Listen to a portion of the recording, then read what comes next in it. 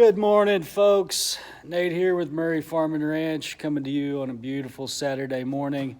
Sunny, light winds. Oh, it's beautiful today. Got a lot of stuff going on today. As always, we get started early on the weekends. One of the things I wanted to show you guys today is kind of our winter feeding program. There's 1,000 different ways that cattlemen raise their cows, and I just kind of want to show you guys what we do. Behind me here is some alfalfa bales. These are big, heavy bales of alfalfa. Those are 5.5 foot bales. They weigh about 1,700 pounds. And as you can see, we have them stored inside. We are blessed here that we have, I have 4 outbuildings, 4 barns. And so I'm able to store a lot of hay inside, which makes our hay stay in top quality. I do put these hay bales.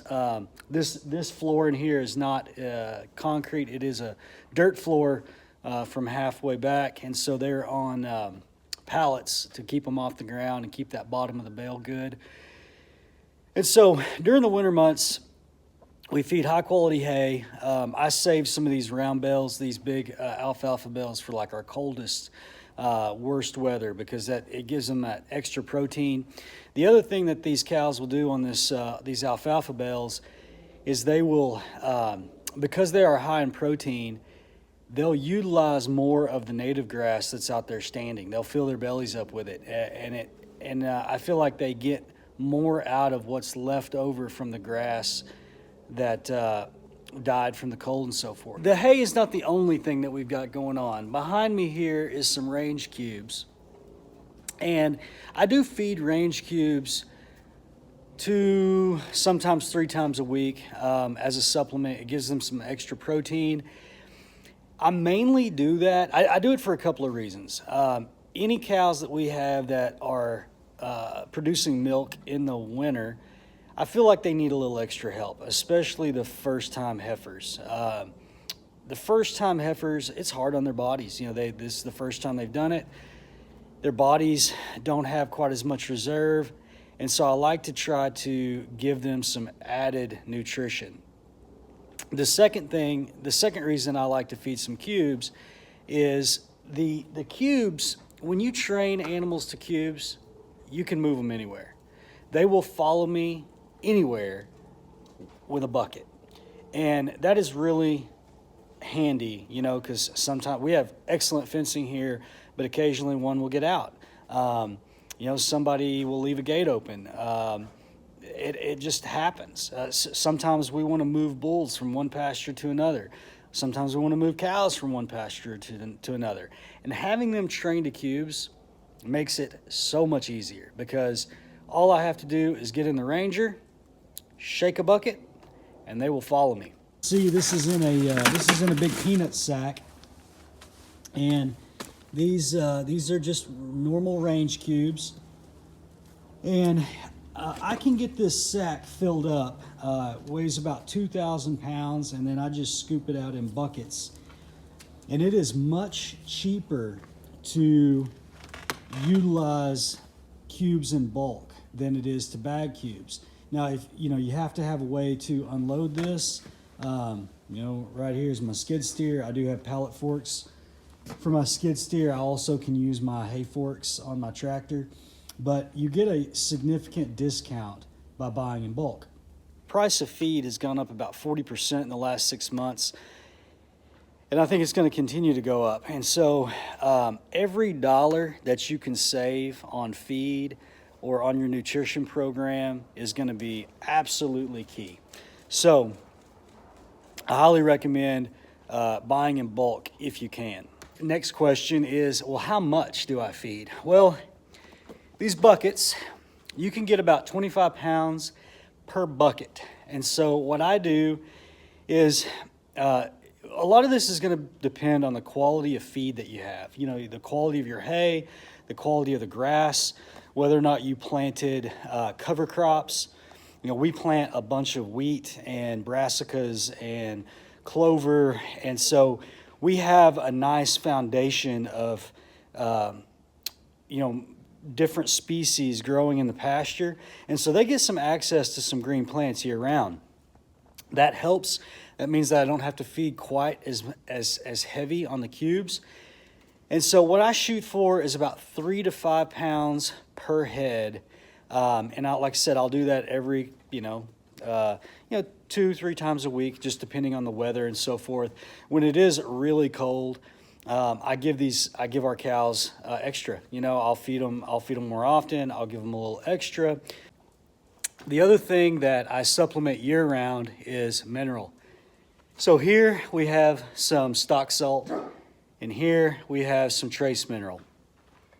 The trace minerals, there's a whole bunch of different ones that are important for cows. I don't have any kind of brand loyalty when it comes to the producer. This so happens to be from Nutrina, but what is in them is important. So this one has calcium, phosphorus, salt, magnesium, copper, selenium, zinc, vitamin A, D3, vitamin E. That's very important. I prefer loose mineral because I believe that cows will have better access to it. They can come in there and they can get what they need, and then they can go. If they're stuck to a block and they've got to lick it, it's hard for cows to get what they need in a timely manner. And I want my cows out eating grass. I want them out there putting weight on. And so I like to use loose mineral. The other thing, there is a couple of conditions that has to do with electrolyte disturbance in cattle. They need access to salt quickly. It's not something where they need to go lick on a salt block. When it occurs, they need access relatively fast. And so I believe that the loose mineral is better.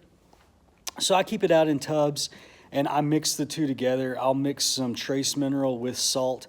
And that seems to work well for our cows. They never look, they never act like they're missing anything, and they always breed back. And that is kind of the telltale sign. If they get vitamin or mineral deficiencies, it may throw off their cycles and they may not breed back. And you have to realize, when they're milking, when they're producing milk, they're losing all these minerals and giving it to their calf. And so I think it's really important to try to supplement them back. Our lands have been depleted for a lot of years. And so our grasses, our dirt is not as good as what it was 200 years ago. And so I believe that we need to try to help these animals out a little bit by giving them something back. So I mentioned that we have things planted for these cows. And so here's an example. So this right there is some winter peas. We've got some ryegrass popping up. There's a lot of green in here. There's some clover that's starting to come up in here, right in here. And so there's, these cows, even though it's still technically winter, we've got some green that's poking through.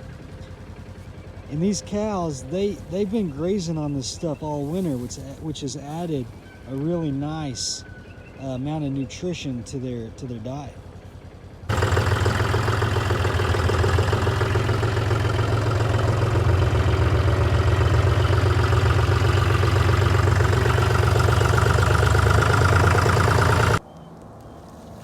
So on this beautiful morning, we're over here checking cows, and looky there, we got 1, 2, 3 new babies.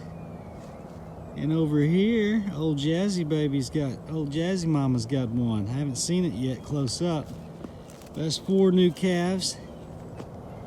And we've been talking, this video is about winter nutrition. And I think that this right here is the best evidence that you've got a nutrition plan that's working. And that is that you have these mama cows that are breeding back. They're having babies relatively on a scheduled basis, how we want them. And that is a good sign that things are going well. Look at that pretty little baby. Look at that little feller. It's a good looking little calf. Midnight Lady always throws a good one. She is a good cow.